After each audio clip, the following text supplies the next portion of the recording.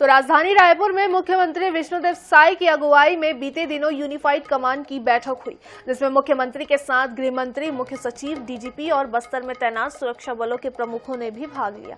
बैठक में नक्सलियों से निपटने के अलावा बस्तर में विकास और परिवहन के साधनों की कनेक्टिविटी पर भी खासा फोकस किया गया। इसके अलावा उस बैठक में और क्या कुछ चर्चाएं हुई, मुख्यमंत्री ने क्या कुछ निर्देश दिए, देखिए इस पूरी रिपोर्ट में।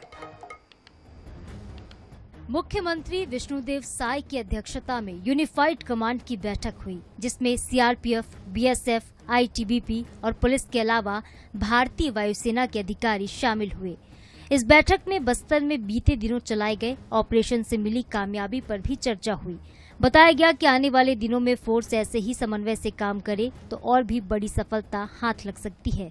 सीमावर्ती राज्यों में ऑपरेशन के दौरान वहां के सुरक्षा बलों की मदद लेने पर भी चर्चा हुई, ताकि नक्सलियों का समूल सफाया हो सके।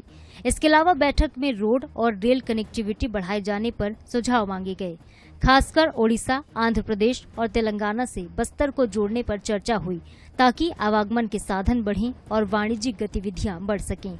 इधर नक्सलवाद को लेकर भाजपा और कांग्रेस का एक दूसरे पर तंज और अपनी सरकार को श्रेय देना बदस्तूर जारी रहा। छत्तीसगढ़ में जब डॉक्टर रमन सिंह की सरकार थी, तब भी बस्तर जो पूरी तरीके से देश के कई इलाकों से कटा था, उसे कनेक्ट करने का काम किया गया। बिजली नहीं थी, बिजली देने का काम किया गया।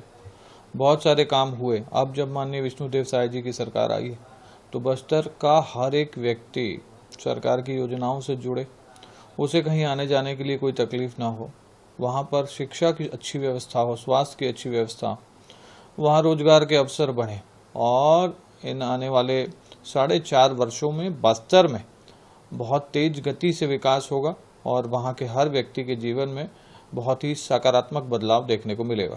5 साल पहले कांग्रेस की सरकार ने बस्तर से नक्सलवाद के सफाई के लिए जो कार्य योजना बनाई थी और जो 3 मूल मंत्र दिए थे, उसी का लब्बो-लुआब यूनिफाइड कमांड की बैठक में भी वर्तमान सरकार और चारों राज्यों ने लिया। और यूनिफाइड कमांड में तो जो अन्य 3 राज्य हैं, उड़ीसा, तेलंगाना, आंध्र प्रदेश, वहाँ पे तो लगभग नक्सलवाद समाप्त हो चुका है। छत्तीसगढ़ में ही बचा हुआ है। तो छत्तीसगढ़ की विशेष जिम्मेदारी बनती है और सरकार को अपनी अनिर्णय वाली स्थिति छोड़ के नक्सलवाद के संबंध में अपनी एक ठोस नीति और ठोस कार्य योजना बनानी चाहिए।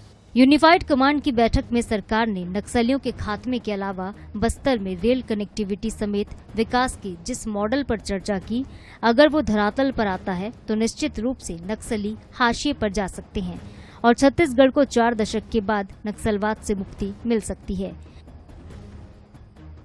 रायपुर से INS 24/7 के लिए मनोज नायक की रिपोर्ट।